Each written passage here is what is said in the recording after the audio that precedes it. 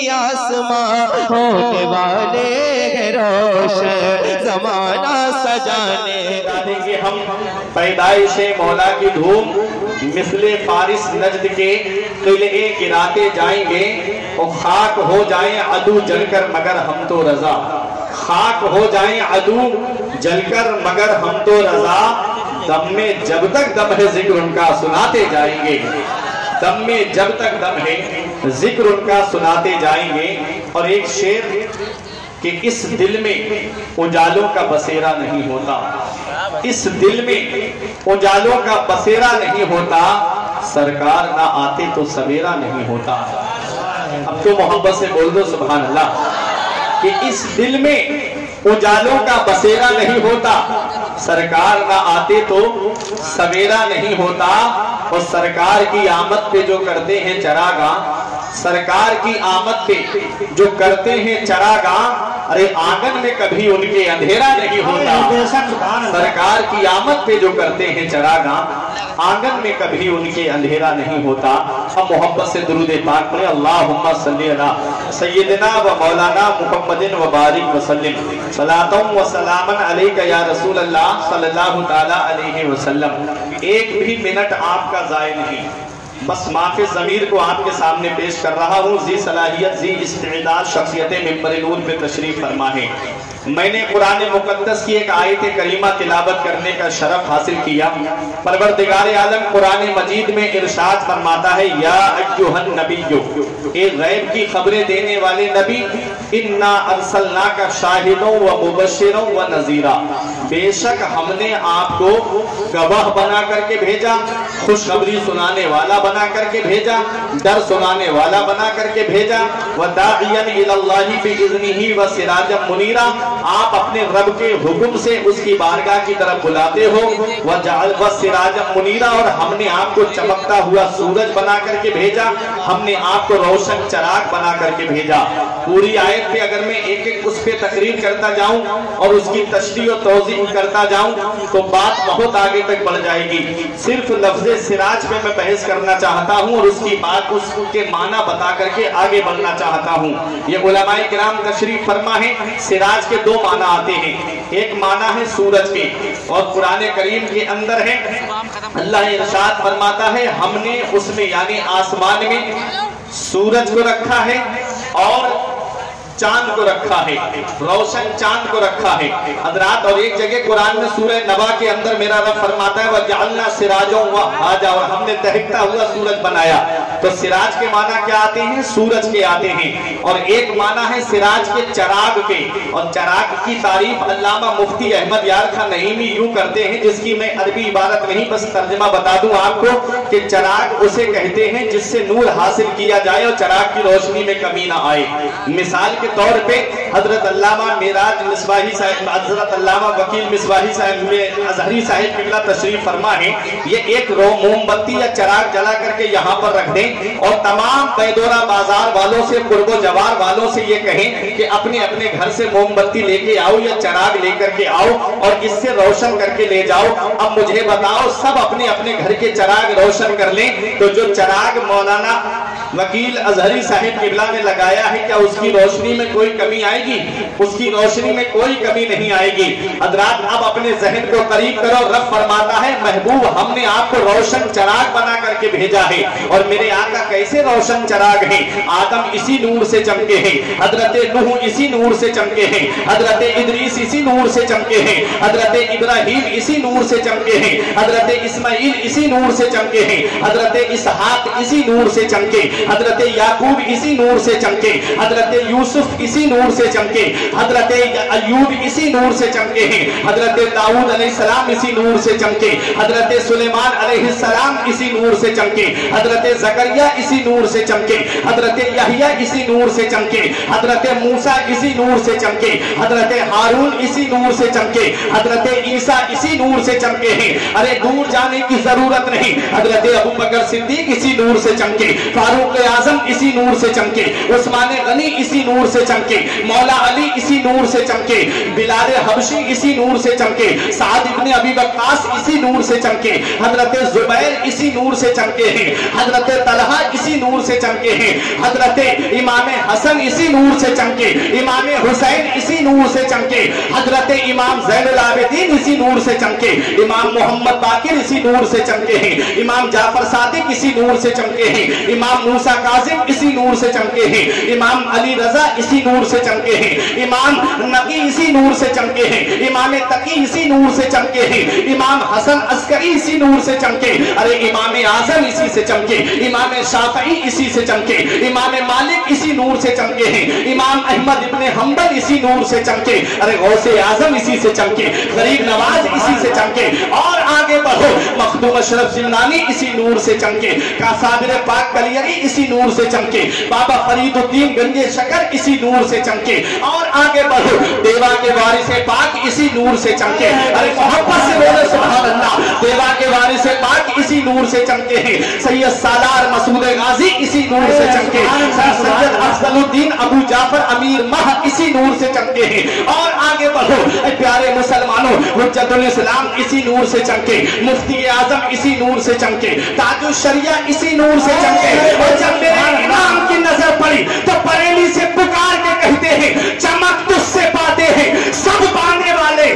چمک تجھ سے پاتے ہیں سب پانے والے, میرا دل بھی چمکا دے چمکانے والا. نعرہ تکبیر, نعرہ رسالت, نعرہ رسالت, رحمت عالم کانفرنس, نعرہ تکبیر, نعرہ رسالت.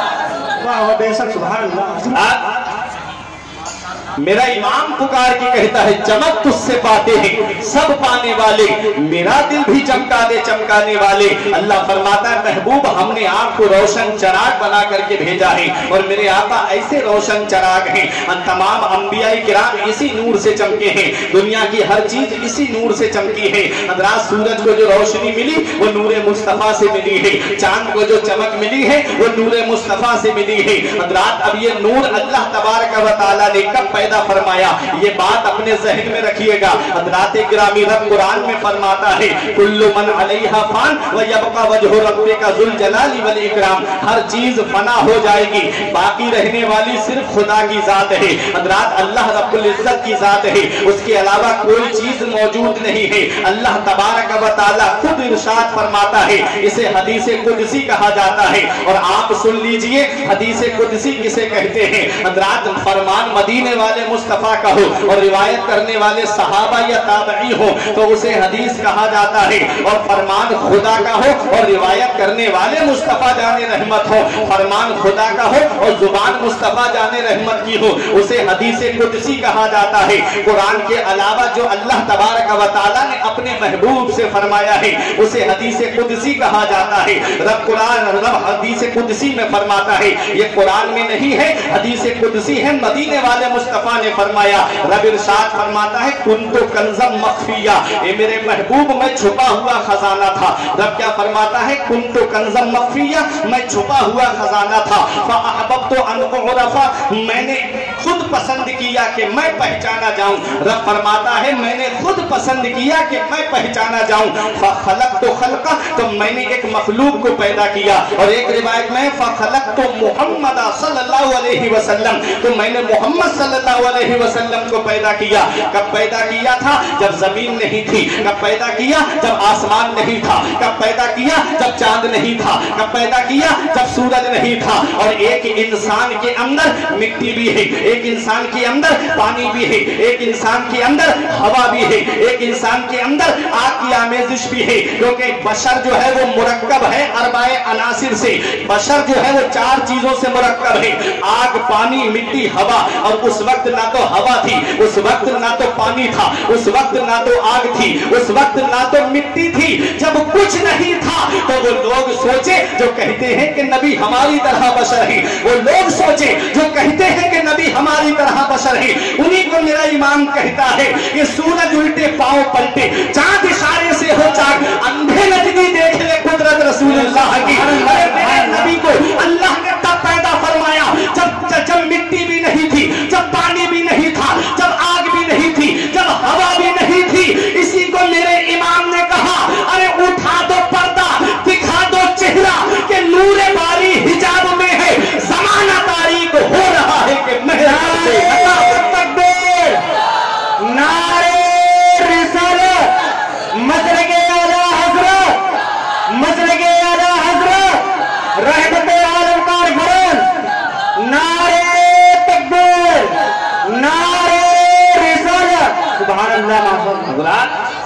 تو کب پیدا فرمایا اللہ نے؟ جب کب بھی نہیں تھا تب بھی نہیں تھا.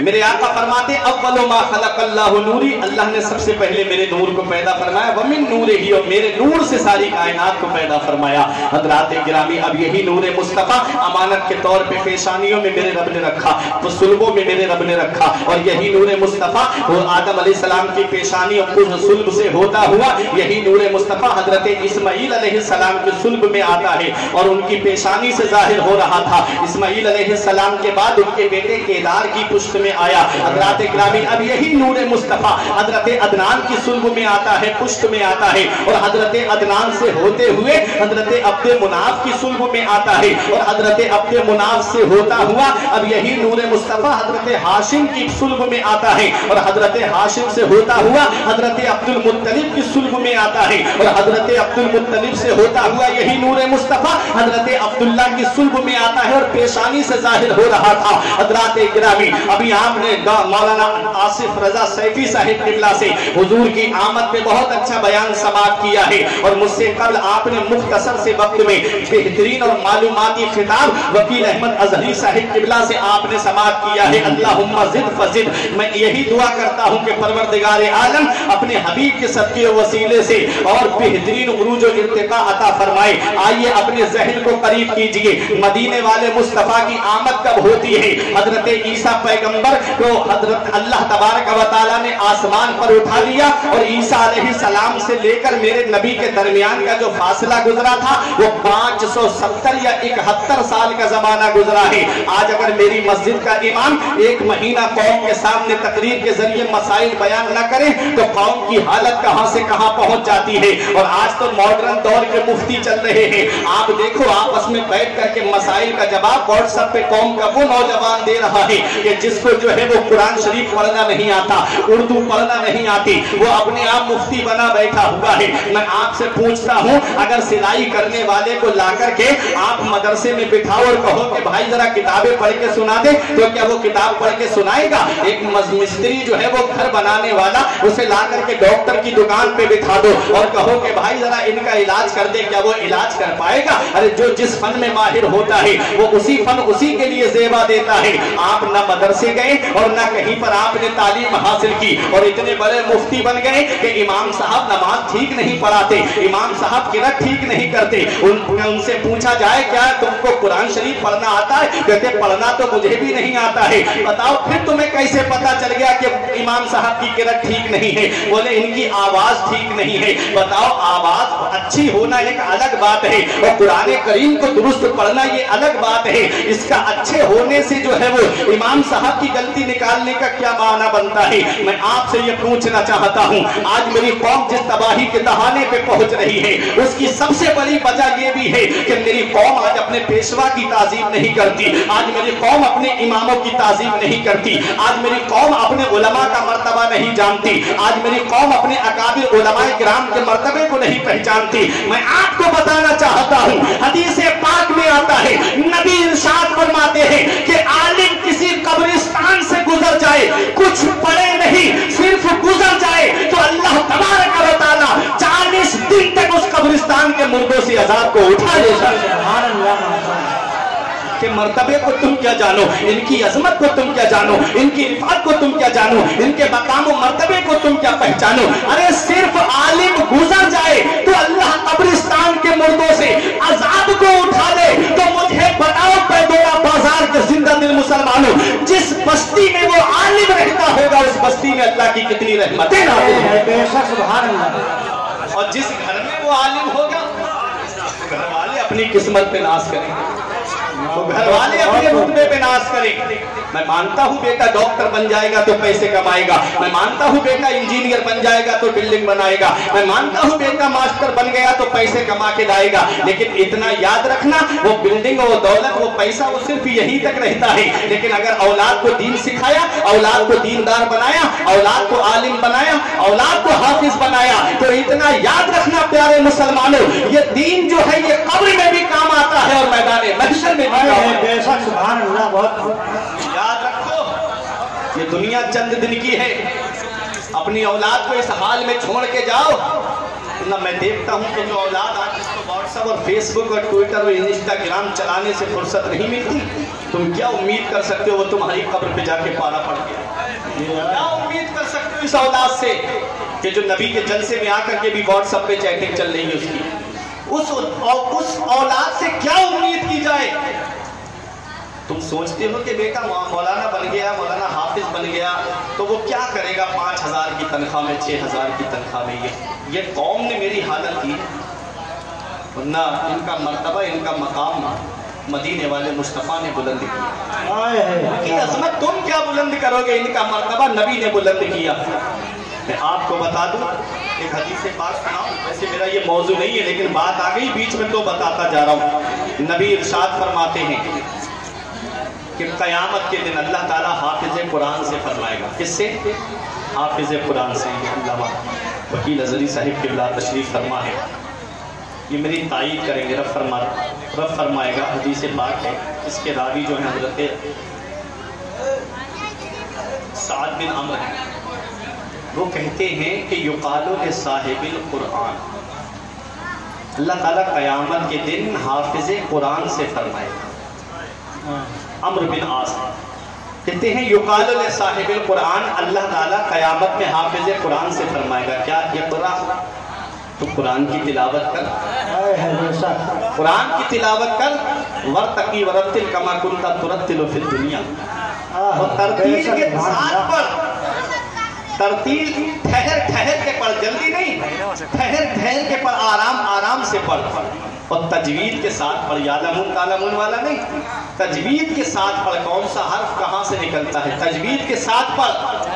میرا رب فرمائے گا فَإِنَّ مَنزِلَكَ عِنْدَ آخِرِ آیَةٍ تَقْرَؤُهَا، میرا رب فرمائے گا تو قرآن کی تلاوت کر اور جنت میں چڑھتا جا، درجوں بلند ہوتا جا، بے شک تیری منزل میری جنت میں تیری آخری آیت ہوگی۔ کیا سمجھے؟ میں آپ کو بتا دوں، حافظ پڑھے گا بسم اللہ الرحمن الرحیم، جنت میں ایک درجہ بلند ہو جائے گا، پڑھے گا الحمدللہ رب العالمین، دوسرا درجہ بلند ہو جائے گا، پڑھے گا الرحمن الرحیم، تیسرا درجہ بلند ہو جائے گا، پڑھے گا مالک یوم الدین، چوتھا درجہ بلند ہو جائے گا۔ علماء کرام فرماتے پورے قرآن میں 6,666 آیتیں ہیں، جس حافظ کو تم توہین کی نظر سے دیکھتے ہو، جس عالم کو تم حقارت کی نظر سے دیکھتے ہو، وہ جنت میں تم سے 6,666 درجے بلند بالا۔ سبحان اللہ، ماشاءاللہ۔ کے مرتبے کو تم کیا جانو؟ ان کی عظمت کو نبی نے بلند فرما دیا، ان کے مرتبے کو مدینے والے مصطفیٰ نے بلند فرما دیا ہے۔ اور حافظ کے بارے میں آیا ہے کہ وہ 400 لوگوں کی شفاعت کرے، 70 لوگوں کی شفاعت کرے گا۔ اور با عمل حاجی کے بارے میں آیا ہے کہ وہ 400 لوگوں کی شفاعت کرے گا۔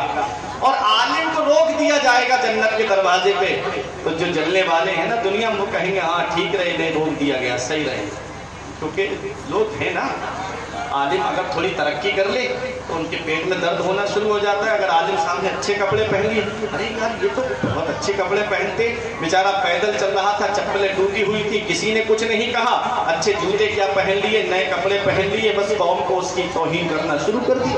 وہ پیدل چل رہا تھا، کسی نے نہیں کہا امام صاحب میری سائیکل لے جاؤ یا گاڑی لے جاؤ، اور جہاں اللہ تعالیٰ نے اس کو سائیکل دے دی تو برائی شروع، اور سائیکل سے اللہ نے اسے گاڑی عطا فرما دی تو اس پہ برائی شروع، کہ بہت تیز چلاتے ہیں، اتنی تیز لے کے جاتے ہیں۔ اور اگر اس کہیں امام کو کار مل گئی تب تو صاحب کہنے ہی کیا، نہ جانے کتنے چوراہوں پہ اس کے تعلق سے باتیں ہوتی ہیں، انہیں امامت کی کیا ضرورت ہے، ارے ان کے پاس تو کار ہے۔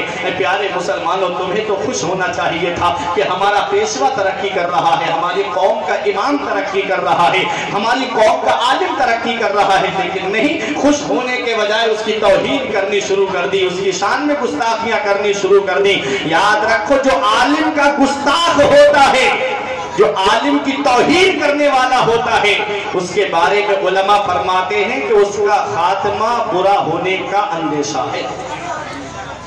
عالم کی برائی کرتے کرتے اگر اس دنیا سے گیا تو ہو سکتا ہے کہ اس کا خاتمہ ایمان پہ نہ ہو، تو کیوں اپنی آخرت خراب کرتے ہو؟ اپنے اکابر کی تعظیم کرو، اپنے اکابر کی تعظیم و توقیر کرو۔ یہ علماء کرام جو ہیں وہ نائبین مصطفیٰ ہیں، مدینے والے مصطفیٰ کے نائب ہیں۔ اس لیے اے میرے عزیزوں، میں یہی کہنا چاہوں گا، آج میں جب بات آ گئی تو بتا دوں، آج اماموں کو جو ہے وہ ترقی پسند نہیں کرتا ہے آدمی اماموں کی۔ کیوں ترقی پسند نہیں کرتا ہے؟ اس لیے میں آپ سے پوچھنا چاہتا ہوں، کیا ان کے بچے نہیں ہیں؟ کیا ان کی بیوی نہیں ہے؟ کیا ان کے گھر والے نہیں ہیں؟ کیا ان کے ماں باپ نہیں ہیں؟ کیا ان کا دل نہیں ہوتا کہ باپ کا چہرہ دیکھاؤں؟ کیا ان کا دل نہیں ہوتا کہ ماں سے ملاؤں؟ کیا ان کا دل نہیں ہوتا کہ میرے بچے ہیں مجھے یاد کر رہے ہیں، فون پہ کہتے ہیں ابا گھر آ جاؤ، ابا یاد آ رہی؟ کہ ان کے بچے نہیں ہیں؟ اگر امام صاحب ہفتے میں ایک دن کے لیے چلے جائیں اپنے بچوں سے ملنے کے لیے، وہ چھٹی بہت کر رہے ہیں، وہ چھٹیاں بہت منا رہے ہیں۔ اے پیارے مسلمانوں، ذرا سینے پہ ہاتھ رکھ کے سوچ لیا کرو، میں تمہیں اپنے گھر لے کے چل رہا ہوں، جو تنخواہ تم ان کو 5,000 6,000 دے رہے ہو، میں تمہیں 8,000 تنخواہ دوں گا، صرف میرے گھر بیٹھ کے تسبیح پڑھتے رہنا، اللہ کا ذکر کرتے رہنا۔ تم ایک ہفتہ میرے گھر نہیں رکو گے، کہو گے مولانا صاحب گھر والوں کی یاد آ رہی ہے۔ وہ ایک ایک مہینہ تمہارے یہاں پر رہتے ہیں، 6 مہینے تمہارے یہاں رہتے ہیں۔ کبھی تم نے یہ نہیں سوچا کہ امام صاحب جا کے اپنے بچوں سے ملاؤ، امام صاحب جا کر کے اپنے ماں باپ کا چہرہ دیکھاؤ، اے امام صاحب جاؤ جا کر کے اپنے گھر والوں سے مل کر کے چلے آؤ۔ وہ گھر والے فون کر کے پوچھتے بیٹا کب آؤ گے؟ کہتے کیا بتائیں ابا امامت کر رہے ہیں، یہاں پر چھٹی نہیں ملتی۔ میں تم سے یہ پوچھنا چاہتا ہوں، یہ میری قوم نے یہ میرے اماموں کا حال کیا۔ اتنا یاد رکھنا پیارے مسلمانوں، مولانا روم فرماتے از ہزار کعبہ یک دل بہتر است، دل بدست آبر کے حج اکبر است۔ کسی مسلمان کا دل رکھ لینا یہ حج اکبر ہے، اللہ تعالیٰ بڑے والے حج کا سبحان اللہ۔ نعرے تکبیر، نعرے رسالت، مسلک اعلی حضرت، نعرے تکبیر، نعرے رسالت۔ بے شک سبحان اللہ۔ ٹھنڈے دل سے یہ سوچ لیا کرو، آج جو امام میرے گھر پہ ہے، کاش یہ میرا بیٹا ہوتا تو مجھے کیسا لگتا؟ کیا یہ بھی تو کسی کا بیٹا ہے؟ جیسے آج اپنے بیٹے کے لیے آپ پسند کرتے ہو نا، میرا بیٹا مجھے دیکھ جاتا یا میں اس سے باتیں کر لیتا، ایسے ہی اسے بھی سوچ لیا کرو، یہ بھی تو کسی کا بیٹا ہے، کسی کا شوہر ہے، کسی کا نور نظر